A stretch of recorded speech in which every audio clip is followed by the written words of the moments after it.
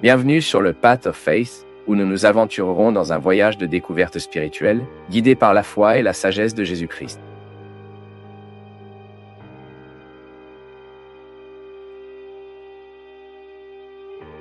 Ou cette chose, prudent. Dans les premiers stades de la vie, vos enfants n'ont pas besoin de parents sympathiques, de leur mère sympathique. Ils ont besoin de mère, ont besoin de père, de forte présence, d'autorité,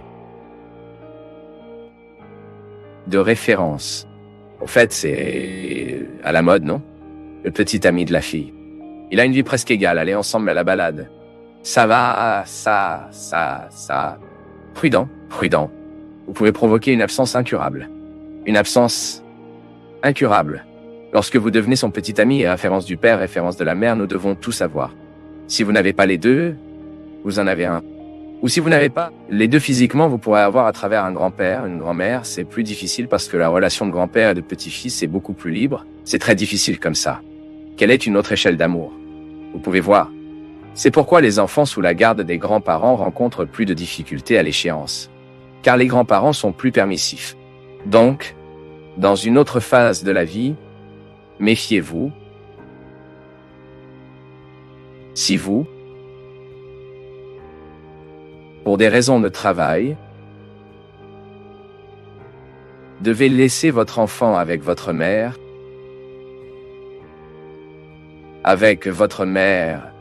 en possession de cette maternité, dans l'exercice de ce rôle, remplissez bien l'autorité de votre mère. Arrivez ensemble, passe la question de la discipline. Parce que c'est un point fragile de nos maisons. Nous sommes très peu en forme de discipline. La discipline est un problème brésilien. C'est culturel, les gens. Et parfois nous devons combattre un monstre. Il n'a pas l'habitude d'être discipliné. Donc aujourd'hui nous voyons beaucoup de permissivité car les parents ne sont pas non plus disciplinés. Parfois, vous voulez discipliner votre enfant en utilisant cet appareil. Votre fils est accro à cet appareil. Votre fils ne lit pas de livres. Votre enfant n'a presque pas de vie sociale. Il est capable de passer une journée entière avec cet appareil entre ses mains. Comment allez-vous critiquer si vous avez un comportement que nous voulons parler de discipline? Mais nous n'avons pas de discipline. C'est pourquoi nos relations à l'intérieur aujourd'hui sont si permissives. Nous avons du mal à exiger la discipline de nos enfants pour cela, parce que nous sommes également indisciplinés. Nous nous sentons donc un peu mal à l'aise, non? Vous direz à votre fils qu'il ne fume pas, mais vous fumez tout le temps. Vous direz à votre enfant que vous ne buvez pas, mais vous buvez tout le temps et vivez à avoir des problèmes d'alcool. Si souvent notre difficulté est que nous ne voulons pas changer nos règles. Nous voulons être un père et une mère. Continuons à vivre exactement comme nous vivons avant d'avoir cette responsabilité. Mon peuple, c'est un crime. Un crime contre lequel vous vous engagez humanité. À partir du moment où vous amenez un enfant au monde, votre vie change. Et nous avons d'abord joué toute cette responsabilité chez la femme. La vie de la mère changera. Prudent! C'est la vie de père, c'est la vie de la mère. Nous avons amené un enfant au monde. Nous n'avons pas été obligés de le faire. Personne ne pousse la maternité ou la paternité, mais parfois nous amenons les enfants au monde. Mais nous ne voulons pas changer un centimètre dans notre mode de vie. Il n'y a pas de concept de famille, il n'y a pas de renoncement. Personne ne sera un bon père s'il ne démissionne pas. Ce ne sera pas une bonne mère si vous ne démissionnez pas. Ce ne sera pas un bon frère s'il ne démissionnera pas. Le concept de famille est bien plus que nous. Je suis une famille quand je suis en mesure de renoncer à un peu de mon excès pour mieux vivre avec les gens là-bas à l'intérieur de cette maison, afin que cette maison devienne à la maison. Ils sont parallèles, non? Le concept de regroupement et le concept de famille. Concept à domicile, concept de maison. Nous pouvons être un groupe, mais nous ne sommes pas une famille. Pourquoi? Qu'est-ce qui fait de nous des familles? Famille. Est-ce l'autorité sans excès? Est-ce l'autorité responsable? Est-ce le contexte des renonciations? La culture des liens? Et parfois nous sommes placés dans une séquence et nous pensons que cela garantit la familiarité. Garantie non. Le fait que ce garçon soit sorti de vous n'est pas de s'assurer qu'il sera son fils toute sa vie. La paternité prescrit la maternité. La fraternité prescrit. Arrêtez de cultiver Parfois, l'autre vient et crie. Nous imposer une obligation. Je suis ton frère. Volonté de le dire, mais à cesser de vivre comme mon frère. Souviens-toi de moi quand tu as besoin d'argent. Je me souviens juste de moi quand j'avais besoin d'utiliser quelque chose. Sinon, même le concept d'amitié fonctionne comme celui-ci, qui a généré le concept de frère. Ah, mais vous, mon frère, ne représente peut-être plus rien pour moi. Je regarde. Je sais que nous avons le même sang. Mais nous ne vivons pas dans une veine, les veines de l'autre. À un moment donné, nous avons divorcé.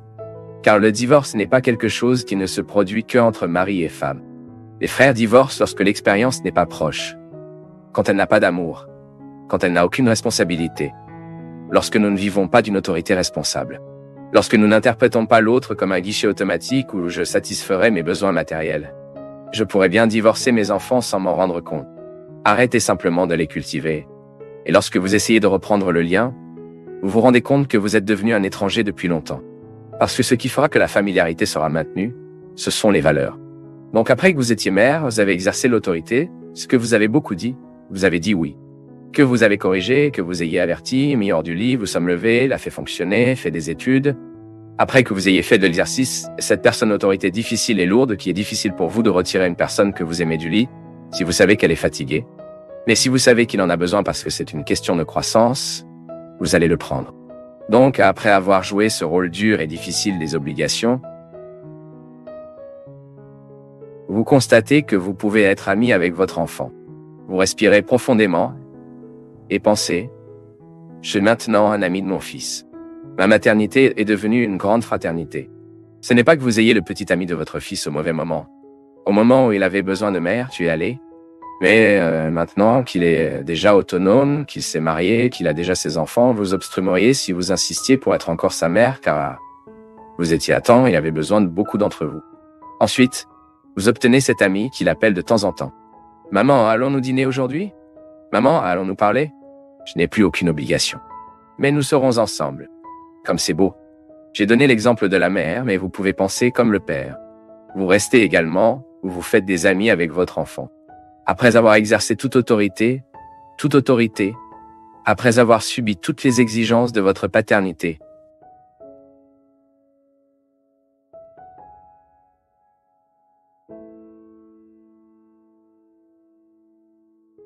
Parce que le bonheur est comme ça, mon peuple. Ce devrait être un processus très simple en nous. Mais nous nous habituons à mettre autant d'obstacles à notre bonheur, que soudain, nous rendons impossible d'être heureux, même si nous en sommes capables. Parce que aussi dur que la vie, personne n'est hors de la possibilité d'être heureux. Malgré tous les problèmes dont il a, de toutes les limites auxquelles il doit faire face, cela fait partie de notre condition humaine. Personne n'a une vie parfaite. Aucun de nous n'a la perfection qui nous entoure et nous caressant, non ? Mais le gros problème est lorsque nous nous habituons au processus d'hypocrisie. Lorsque nous cessons de problématiser nos mensonges, lorsque nous nous habituons au processus de falsification, alors nous générerons de terribles dommages. Les gars, quand nous commençons à comprendre le bonheur comme un projet possible, lorsque nous cessons d'idéaliser ce bonheur. Ah, je serais heureux quand ça, quand elle. Et alors, quand mon mari est parfait, quand ma femme est parfaite, ce ne sera jamais. Les gens ne seront pas parfaits. Maintenant, vous pouvez rechercher une harmonie intérieure qui vous donnera un peu mieux avec l'imperfection de l'autre, et même, mon peuple, le gérer plus responsable. Il ne peut y avoir de dégâts plus importants que cela. Je vis représente un rôle que je ne suis pas. Je perds la vie avec les caricatures que j'ai décidé de faire pour moi. N'existe pas. Ce n'est pas juste. Non, c'est juste pour tout ce que Dieu m'a donné. Avec tout ce que Dieu m'a réservé. Ce n'est pas juste pour tout ce que Dieu lui a donné, avec tout ce qu'il l'avait réservé. Cette vie doit être vécue en vérité.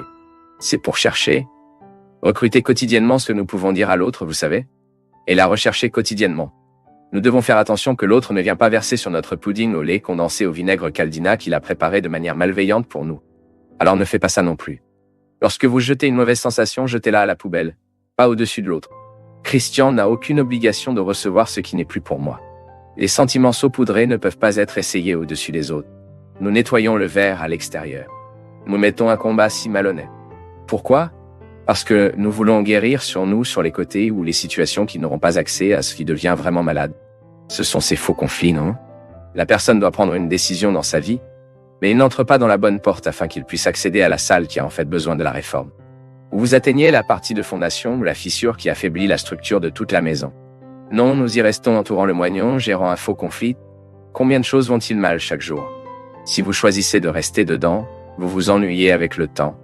Amer. Si tu n'es pas capable de voir le bon côté de la vie, vous serez toujours là. Cette personne pelée, désintéressée, et sans intérêt également. Qu'il est très mauvais pour nous d'être proche d'une telle personne qui ne trouve aucune raison pour sa joie, qui ne trouve aucune raison de sa satisfaction, qui demande toujours le diamant de l'autre qui n'a pas trouvé le sien. Ce n'est pas juste les uns envers les autres, c'est pas juste pour vous. Vous avez le cadeau de panorquer ce diamant sur vous. Je ne veux pas collecter le diamant que l'autre a réalisé. C'est à vous, c'est votre lutte. Parce que nous ne parvenons pas à clouer les ongles en réalité quotidiennement et à élever le diamant de notre identité. Sois comme un enfant. En tant que père, soit en tant que mère, en tant que frère. Si nous ne renouvelons pas ce diamant quotidiennement, il perd l'éclat. Alors nous serons morts à la main cette pierre. Découragés, sans vie, pas de joie, sans dynamisme, sans élan vital, comme l'a dit philosophie. Qu'est-ce que élan et vital? C'est ce visgue, cette force qui nous tient à tout ce qui est vivant. Ce point de vue qui nous tiendra la dynamique de l'existence qui ne nous laisse pas s'estomper. Malgré tous les problèmes qui peuvent être appropriés pour cette vie, si vous insistez pour obtenir un visage de l'aube, vous n'obtiendrez rien. Si vous arrivez à votre travail demain de la même manière que vous êtes arrivé aujourd'hui, ne vous attendez pas trop à vous. Vous devez renouveler ces raisons avant de quitter la maison. Vous devez renouveler votre raison de continuer ici, effectuer ces papiers. Et cela génère en moi, mon peuple, un inconfort existentiel. Et j'arrête de chercher la pierre tous les jours. Et donc, peu importe à quel point il est pécheur de la structure où nous sommes, le défi est personnel. Je dois chercher la pierre, le diamant qui est au milieu de tant de gravier. Car sinon ma vie perd un sens, ma vie perd son éclat, perd sa dépendance. Si dans votre maison, si vous ne cherchez pas d'être le meilleur fils, le mari fidèle, la femme fidèle, le frère, cela perd la satisfaction. Et bientôt, vous ne croyez plus en votre expérience. Dans un petit moment, vous donnez le pire du discrédit. Et un autre, vous pouvez même vous tromper. Oh, le diamant qu'il a atteint l'apportera de la joie. Cela n'apporte pas, non. Le diamant de la réalité n'a fait que briller dans les yeux de ceux qui ont réellement produit. Qui l'a réellement produit. J'ai besoin de produire dans la structure de ma réalité un diamant par jour. Parce que c'est avec ce diamant dans ma main que je termine la journée. C'est avec lui que je fais face à la nuit. Et c'est avec lui que j'ai le jour demain. Seulement demain, il ne sert plus. Le diamant d'aujourd'hui a brillé aujourd'hui. Le diamant d'aujourd'hui m'a enrichi aujourd'hui. Demain, je dois recommencer tout le combat. Parce qu'il ne survit pas à la lumière du jour demain. Il a servi pour aujourd'hui. Demain, la réalité sera différente. Les problèmes seront les autres, les joies seront d'autres, les défis seront les autres, et je dois y mettre l'ongle dans cette réalité et extraire le diamant de la journée. N'est-ce pas ainsi que fonctionne la vie? N'est-ce pas ainsi que vous devez y faire à votre travail tous les jours? Dans la vie professionnelle, cela se produit-il beaucoup? Combien de personnes voyez-vous perdre votre propre vie pour maintenir cette position? Pour être pour toujours le patron? Pour être éternellement respecté? Il y avait un détachement intérieur de la pensée. Perdu ici, nous avons gagné ailleurs. Nous ne pouvons tout simplement pas perdre qui nous sommes. Le reste peut être perdu parce que nous travaillons et construisons à nouveau. Maintenant, si nous perdons qui nous sommes, ces dégâts sont irrémédiables. Retirez le concept de bonheur de cette atmosphère romantique idéalisée, et vous verrez comment cela est possible. Dans la satisfaction, vous devez changer un mobilier et obtenir la poussière qui était là auparavant. Oui, le cœur riche de la vie. Savez-vous que vous y allez dans votre tiroir et réalisez que vous avez trop accumulé qui vous pesait? Parce que chaque fois que nous nous débarrassons de nos excès, le bonheur est plus accessible. Le bonheur est plus accessible. Faites également le sacrifice de jouer un peu ce que vous avez accumulé tout au long de votre vie. Dispense de vos excès. Vous commencez également à se passer de sentiments vieux en vous, ce qui ne vous a pas fait bien. Ce n'est qu'alors que vous ne jouez pas de l'autre, non? Vous ne pouvez pas jouer notre haine sur l'autre. Il s'agit de jeter, de ne pas obtenir personne. Avoir le courage de regarder cet évangile ici, mon peuple, ce n'est pas facile. Malheur à vous, scribes et pharisiens hypocrites. Nettoyez le verre et l'assiette à l'extérieur, mais à l'intérieur du vol et de la cupidité. Pharisiens aveugles, nettoie d'abord le verre à l'intérieur, qui sera également propre.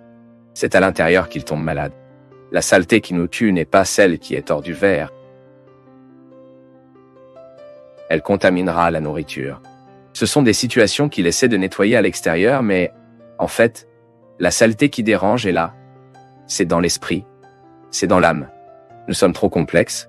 Mon peuple, chaque fois que Jésus nous met face à une réalité qui doit être transformée, le premier à bénéficier est nous. Parce que parfois, nous interprétons bien que Dieu égoïste est ceci, voulant que je sois comme il veut que je sois. Non, ce n'est pas le cas. Et que la conscience de Dieu sur ce que je peux être est beaucoup plus brillante que la mienne. Dieu en sait beaucoup plus que je ne sais que moi. Et votre besoin pour moi, c'est que j'épuise le maximum de ces possibilités. J'ai besoin d'augmenter la catégorie maximale à mes possibilités. Puis une chose en déclenche une autre. Briser l'hypocrisie, c'est que nous plongeons dans le cœur de ces choses. Ces réalités qui nous rendent tant de fois absolument malheureuses, parce que nous n'en sommes pas ce que nous devrions être. Et la pire hypocrisie n'est pas ce que l'autre nous montre, c'est celle que nous connaissons, dans l'intimité de nos cœurs, que nous pratiquons. Hypocrisie qui, en fait, n'est pas ce que l'autre sait de nous. Non, c'est ce que nous savons de nous-mêmes. Quand je ne suis pas en mesure de les aimer à mes côtés, quand je ne suis pas en mesure de respecter ceux-ci à mes côtés, quand je pense que mon amour est théorie, je n'aime personne et que je prononce un discours à un autre.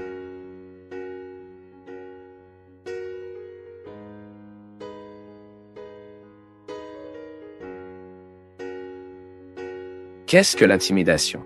C'est le résultat d'une intolérance. Ah, tu es gros, donc nous ressentons maintenant le droit de te critiquer? Sensons-nous le droit de vous ridiculiser? Quel est le gros problème des homosexuels aujourd'hui? Cette question qui est tout le temps reprise, homophobie.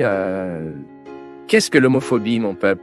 C'est à ce moment que l'autre se sent en droit d'agresser l'homosexuel, de faire des blagues agressives et même d'attaquer physiquement. Tout cela derrière un discours moralisateur qui veut être beau, qui veut être cela et cela, mais absolument inhumain.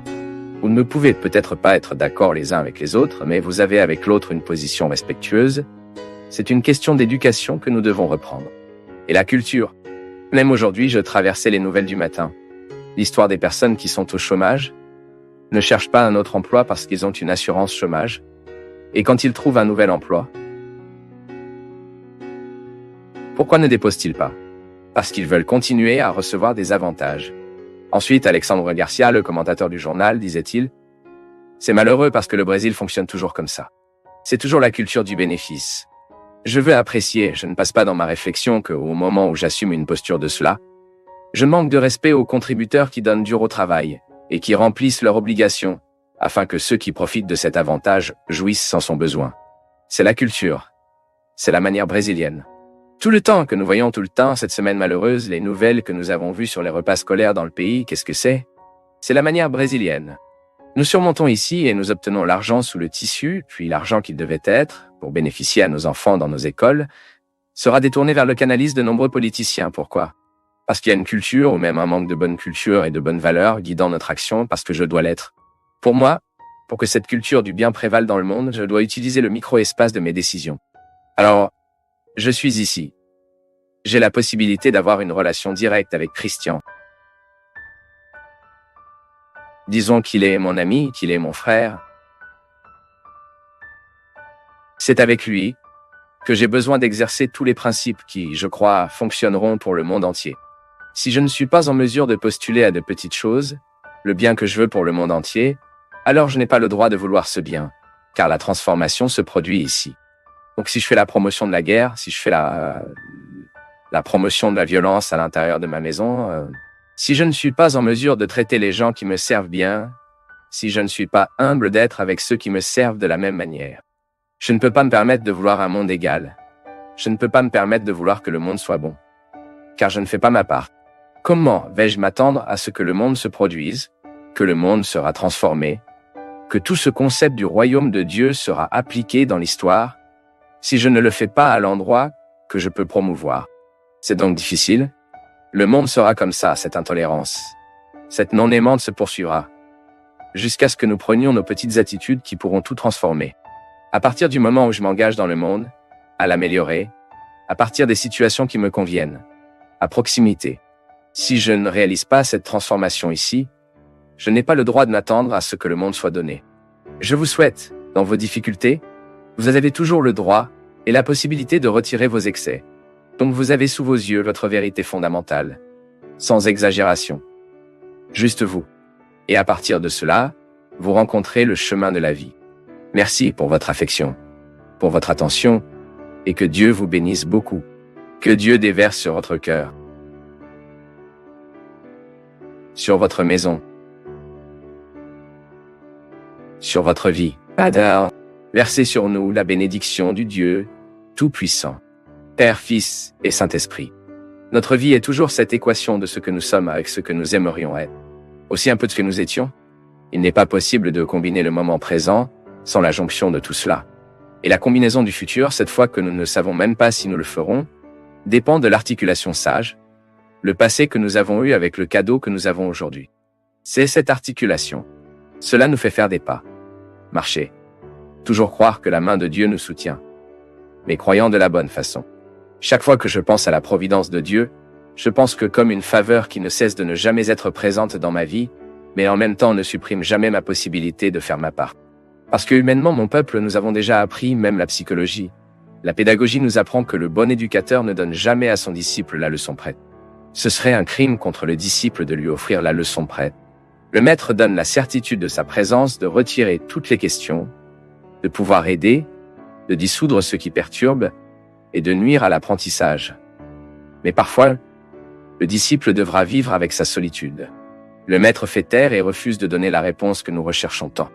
N'est-ce pas comme ça dans la vie? Il y a des réponses que Dieu ne peut nous répondre que par son silence. C'est la main de Dieu qui nous soutient également. Parce que parfois nous avons s'illusion, et c'est le résultat d'une vision naïve. Malheureusement, le discours religieux, tout au long de nos vies, peut nous mettre des visions naïves que Dieu fera tout pour nous. Que Dieu le fait. Que Dieu fait cela. Droit. Nous avons le droit de croire à la protection divine, mais nous ne sommes pas obligés de faire notre part, car c'est une question de sagesse, de maturité. Le Père le fait avec son Fils, la Mère le fait avec son Fils. L'amour ne peut pas nous faire réfléchir. L'amour que nous savons que Dieu a pour nous ne peut pas nous faire penser qu'il fera tout. J'aime vraiment cette expression. Nous avons le droit d'attendre l'impossible après que nous ayons fait tout ce qui nous a été possible. Alors Dieu nous protège, oui, mais il me demande aussi de faire ma part dans cette protection. Le soin que j'ai avec moi est une expression de ma part. Le miracle dont j'ai besoin pour effectuer quotidiennement. dont parfois j'identifie la main de Dieu présente dans mon histoire. Mais ne me retenant pas comme je pense en sécurité. Oui, une certaine impuissance est trop importante dans notre processus humain. Ce serait très intéressant si nous apprivions cela du berceau, mais malheureusement pas. Il n'est donc jamais trop tard pour que nous apprenions. La dispréhension que parfois nous pensons que dans la vie est aussi la main de Dieu. Parce que celui qui aime les uns protège. Pour que vous soyez exposés à ce que vous avez besoin pour vivre et expérimenter seul, sa présence nous regardant toujours, nous guidant toujours, car c'est très intéressant. Plus nous grandissons, plus nous mûrissons dans notre expérience avec Dieu, plus nous avons de capacité à entendre et à comprendre sa voix dans notre histoire. Alors Dieu me protège comme ça, même quand il est distant, tu sais. Ce n'est pas qu'il est distant, c'est que nous ressentons à cause des situations de vie. Le contexte des inconvénients de percevoir cette présence intense dans nos vies. Donc ce moment non présent, ah mon Dieu, parce que ceux qui aiment savent très bien que l'amour doit également passer par l'expérience sévère de la non-protection. Parce que l'amour excessif illégal, n'est-ce pas ainsi? Lorsqu'une personne est excessivement protégée en arrière-plan, sinon il y a un épuisement, car cette personne ne peut mûrir. Elle sera donc éternellement naïve, croira jamais qu'elle est à l'intérieur d'un conte de fées. Et la vie n'est pas un conte de fées.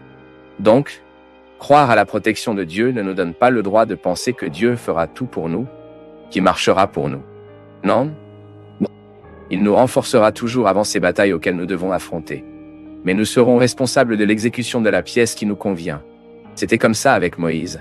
Cette chanson cite Moïse, non? C'est cette main qui a aidé Moïse à diviser la mer en deux.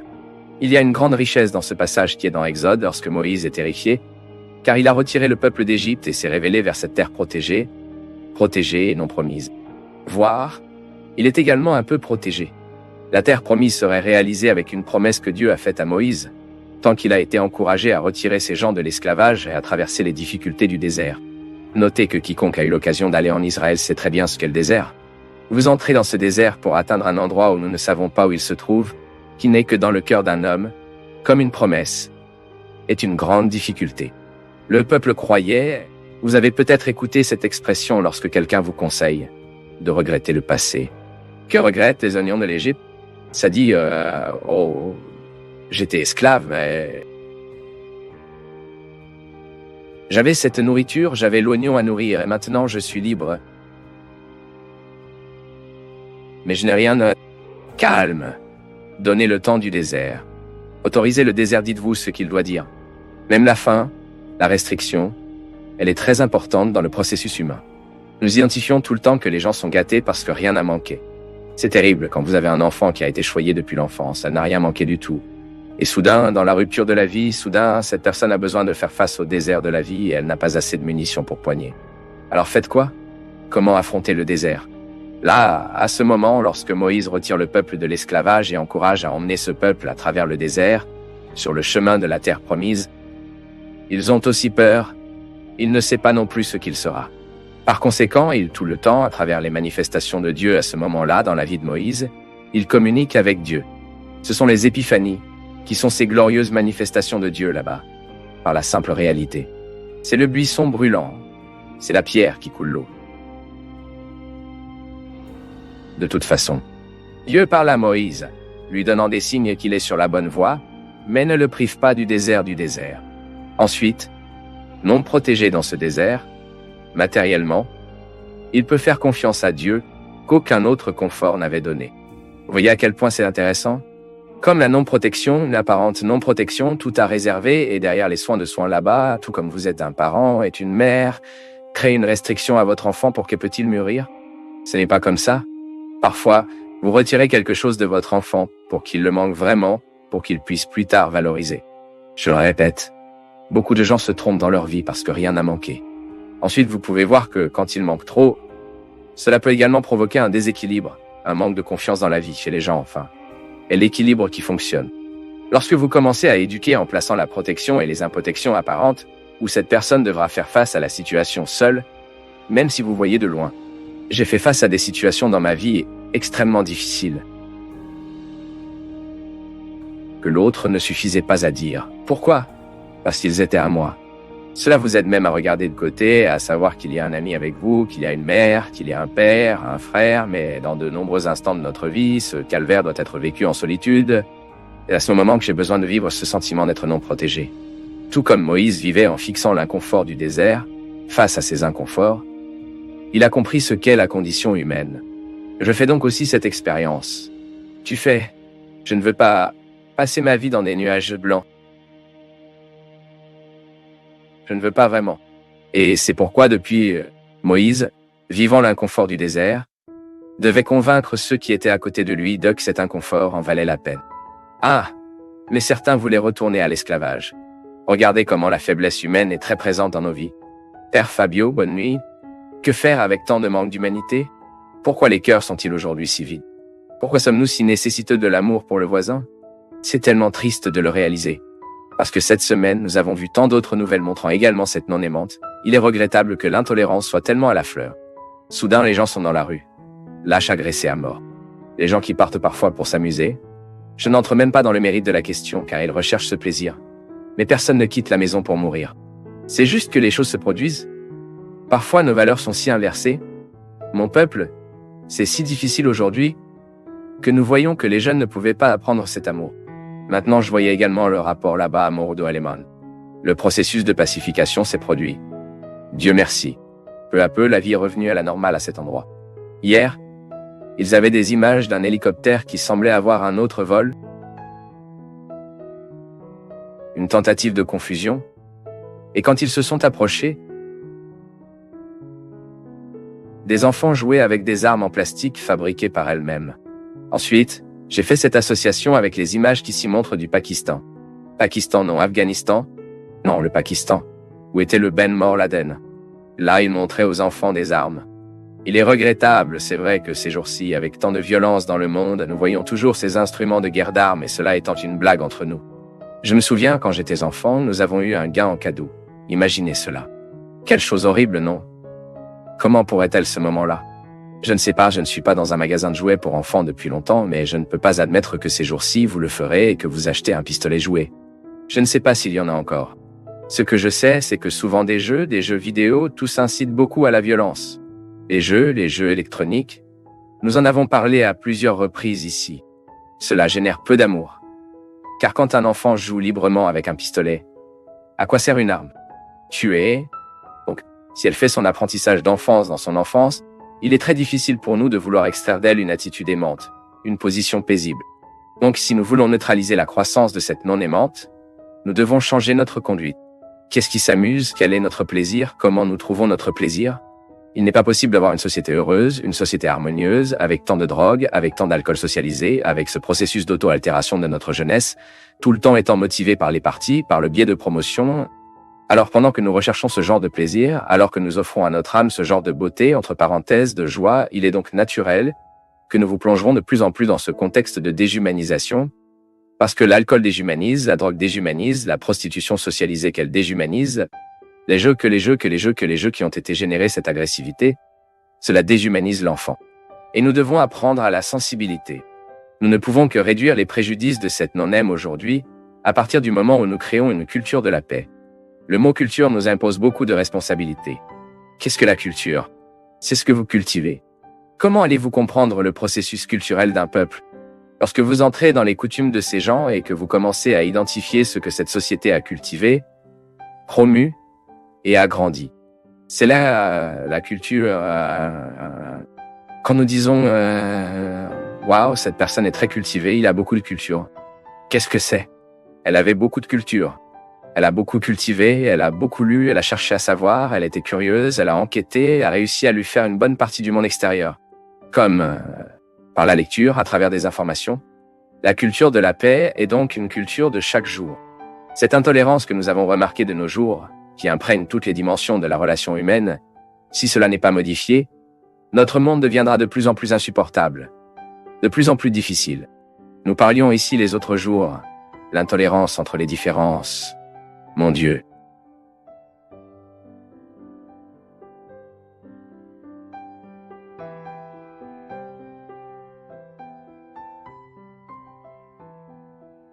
C'est un grand plaisir pour nous tous du Path of Faith d'être avec vous en ce moment. Veuillez partager vos impressions sur le sujet d'aujourd'hui dans les commentaires, soutenez-nous en aimant la vidéo et aidez à la diffuser en l'envoyant à vos amis. Abonnez-vous à la chaîne pour rester toujours connecté et recevoir nos nouvelles vidéos.